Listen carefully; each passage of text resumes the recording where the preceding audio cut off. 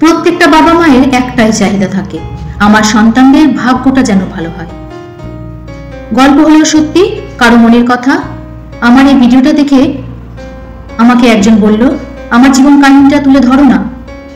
চেষ্টা করলাম, বলারও চেষ্টা করছি, অবশ্যই তার অনুমতি নিয়ে। এই মেয়ে, তোর বিয়ে? না না, একদম এভাবে না। বাবা মায়ের একমাত্র মেয়ে আর দাদাদের আদরের বোন। সম্বন্ধ করে উভয় পক্ষের সম্মতিতে মহা সমারোহে নাচে গানে হৈ হৈ করে বিয়ের আয়োজন। আত্মীয়দের উলুধ্বনিতে বরবরণ থেকে শুরু করে সমস্ত বিয়ের নিয়মনীতি পালনের পর 4 হাত এক করে মেয়েকে ভালো রাখার আশ্বাস পেয়ে বাবা মায়ের মনে শান্তি, চোখে জল দিয়ে মেয়ে জামাই পিটান। সবটাই খুব সুষ্ঠুভাবে সম্পন্ন হয়েছিল। স্বামীর সঙ্গে নতুন নতুন প্রেম আর ভালোবাসার ছোঁয়ায় আমার জীবনটা যেন রামধনু রঙে সেজে উঠেছিল। শ্বশুর শাশুড়ি বৌমাকে আর জামাই মেয়েকে চোখে হারাই দেখে বাবা মা কন্যাকে দান করেননি। কন্যাকে সুপাত্রস্থ করেছেন বুঝে নিজেদের পরম ভাগ্যবান ভেবে ঈশ্বরকে ধন্যবাদ জানাতে কিন্তু বলেননি। সংসারের দায়িত্ব, শ্বশুর শাশুড়ি সেবা, স্বামী বাইরে থাকলে ফিরে আসার অপেক্ষা, যাবতীয় সাংসারিক সুখে সবটাই যখন নিংড়ে নিয়ে তাড়িয়ে তাড়িয়ে তার আনন্দ উপভোগ করছিলাম, তখন আর এক নতুন অপেক্ষা আমার মনের মধ্যে বাসা বাঁধতে শুরু করলো। ছোট ছোট দুটো হাত, ছোট্ট দুটো পা, আধো আধো গলায় মা ডাক শুনবো। ছুটে এসে বুকে জড়িয়ে চোখের জলে কত বায়নাই না করবে।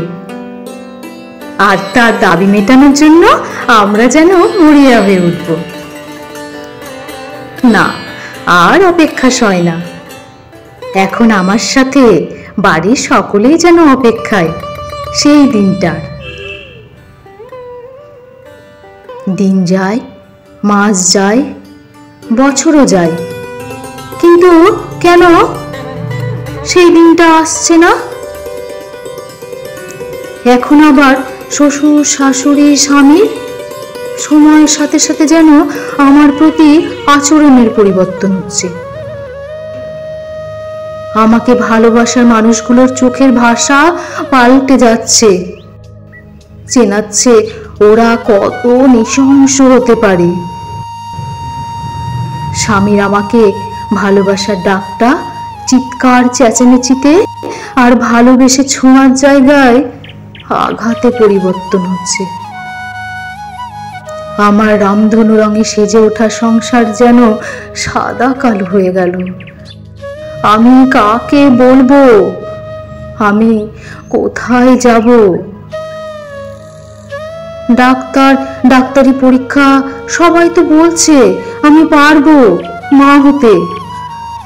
তবে তবে কেন এই পরীক্ষা শুধুই আমার একার? কিন্তু আমি তো নিরুপায়। দেখতে দেখতে অনেকটা বছর কাটিয়েছি তার সাথে। স্বামীকে ভালোবাসার গিঁটটা এত শক্ত করে বেঁধে ফেলেছি, সেটা খোলা অত সহজে আর সম্ভব নয়। অভিমান করে পাশের বাড়িতে চলে গেলে মনে হতো, আমাকে একটু অভিমান ভাঙিয়ে নিয়ে যাও না, আমি যে তোমাকে ছাড়া বাঁচতে পারবো না। শুধু আমি না, মনে হয় ও বুঝি আমাকে ছাড়া বাঁচতে পারবে না। তাই তো ওই যে সেদিন যখন বললাম, জানো একটা অচেনা নম্বর থেকে ফোন এসেছিল। কি বলছে বলো তো? তুমি নাকি আবার বিয়ে করেছো। বলল, পাগল তুমি, তোমার আমার ভালোবাসা অনেকে সহ্য করতে পারে না, সেই জন্যই তো আবোল তাবোল কথা বলে তোমার মন ভাঙাচ্ছে। আমি কি তোমাকে একটু বেশি ভরসা করি? নইলে সেটাই যদি সত্যি হবে, তাহলে তাহলে কেন তোমার চোখে আর আগের মতো ভালোবাসা খুঁজে পাই না? এখন তখন তোমাকে ভয় পেতে হয়। আতঙ্ক মনের মধ্যে বাসা বেঁধেছে। তুমি আবার বিয়ে করনি তো? আমার শরীরে মনে যেন কোনো প্রাণ নেই। আমি শুধুই বেঁচে আছি। অবশ্য বেশি দিন আর দোটানায় থাকতে হয়নি। আমি ছাড়া সত্যিটা অনেকেই জেনে গেছিল। তাই তো খুব কাছের একজনের কাছে আমিও জানলাম সে সত্যি বিয়েটা করেছে। আর ওর মিথ্যে আশ্বাস দেওয়ার কোনো জায়গাই থাকলো না। হ্যাঁ, ভিটেতে বাতি জ্বালানোর জন্য বিয়ে করেছে। হ্যাঁ, ও পরিবারের ভালোর জন্য নাকি বিয়ে করেছে। আর আমার যে মা হওয়ার শখ, সেটার কি হবে? সেটার উত্তর কে দেবে? সেটার বিচার কে করবে?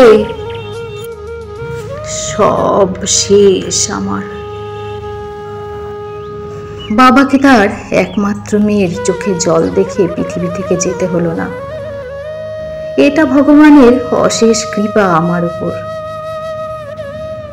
মা দাদাদের চোখের মণি ছিলাম, এখনো আছি। তবুও সব জানার পরেও আমি ওকে কেন ছেড়ে চলে যেতে পারছি না?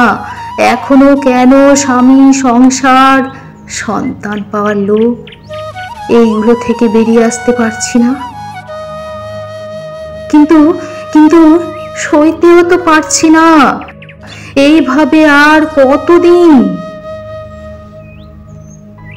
যেদিন শক্ত করে বাঁধা মনের গিঁটটা ঢিল হতে হতে খুলে গেল, সেদিন বাধ্য হয়েছিলাম সব ছেড়ে দিয়ে এক কাপড়ে বেরিয়ে আসতে।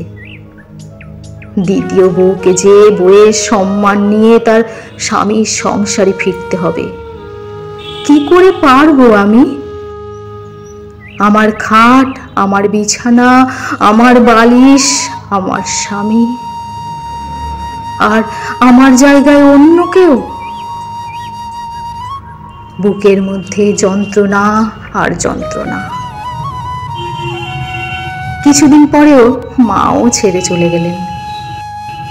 আমার আঘাত পাওয়ার আর কিছুই রইল না। এখন দাদাদের অতিরিক্ত আদরে সব যন্ত্রণা থেকে বেরিয়ে লোহার মতো নিজেকে শক্ত করে মানুষের মতো বাঁচতে শিখতে পেরেছি। কোনো আঘাত এখন আর আমাকে ছুঁতে পারবে না। এখন আমি হাসতে জানি, এখন আমি বাঁচতে জানি, এখন আমি নামতে জানি, এখন আমি বাঁচতে জানি। প্রত্যেকটা মানুষকে তার ভাগ্যের সাথেই চলতে হয়, এ কথা আমরা সকলেই জানি। যে ধর্মে থাকুন না কেন, প্রত্যেকে তার ঈশ্বরের কাছে প্রার্থনা করবেন ভাগ্য যেন সবার সাথ দেয়। ভালো থাকবেন।